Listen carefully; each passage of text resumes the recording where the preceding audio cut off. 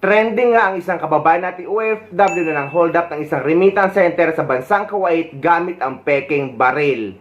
At kahit napatunayan ng peke ang baril o napatunayang peke ang gamit niyang baril, ay considered pa rin itong armado at meron pa siyang dalang lalagyan ng gasolina. Nanakit pa siya ng staff at dahil nga sa bigat ng kaso na nalabag niya o nalabag ni kabayan ay posibleng parusang kamatayan ang kakaharapin niya sa Kuwait. Nagbigay naman ng legal assistance ang Migrant Workers Office kay kabayan. Arestado ang isang OFW matapos magnakaw di umano sa isang branch ng Money Exchange Company sa Kuwait.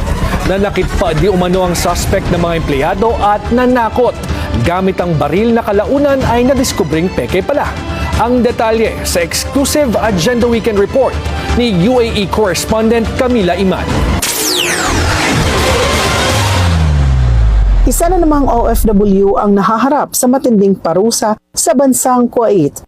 Inaresto ng mga otoridad sa Kuwait ang isang Filipino national sa salang theft and robbery o panloloob sa isang branch ng Money Exchange sa Al-Shaab area kung saan natangay ang humigit kumulang 21,000 Kuwaiti dinar o katumbas ng higit 4 million pesos. Ang suspect gumamit ng peking baril at nagdala ng lalagyan ng gasolina. Kinumpirma ni Assistant Labor Attaché Attorney Sofia Matote ng Philippine Consulate General sa Kuwait ang sitwasyon ng nasabing OFW. May legal assistance na rin na ibinigay sa kanya habang nasa kustodiya siya ng Kuwaiti Police. Nakiusap naman ang pamilya nito na panatilihing pribado ang pagkakakilanlan ng kanilang kaanak. Sa ilalim ng Kuwaiti Penal Code, Law No. 16 of 1960, ang armadong panloloob o aggravated robbery ay itinuturing na isang malubhang krimen o felony at may parusang 15 years of imprisonment with hard labor followed by mandatory deportation. Pwede rin harapin ng suspect ang parusang kamatayan. Ito ay ayon sa tindi o bigat ng krimen ng kanyang ginawa. Base sa survey ngayong 2026, humigit kumulang 220,000 overseas Filipino workers ang nagtatrabaho sa Kuwait.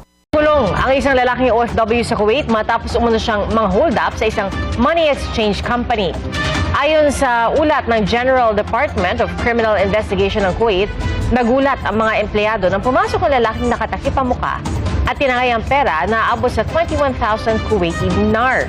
Katumbas po yan na mahigit 4 na milyong piso. Agad ding natuntun at naaresto ang suspect. Peke rin umano ang baril na ginamit ng OFW. Wala pang payag ang Embahada ng Pilipinas sa Kuwait sa insidente at patuloy ang investigasyon.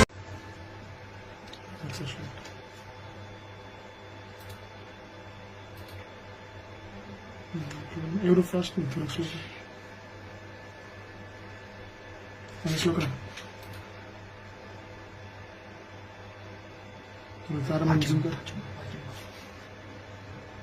Napakarami ang nag-comment sa unang video na parang hindi naman daw ito Pilipino dahil ayon nga sa video ay parang napakalaking tao at iba ang mukha. Guys, kinumpirma na nga ng Kuwait Police na Filipino nationality ang nahuli nila at pati ang Migrant Workers Office na nagbigay pa nga ng legal assistance. Sa kaso ni kabayan, swerte niya kung makakauwi pa siya sa Pilipinas ng buhay.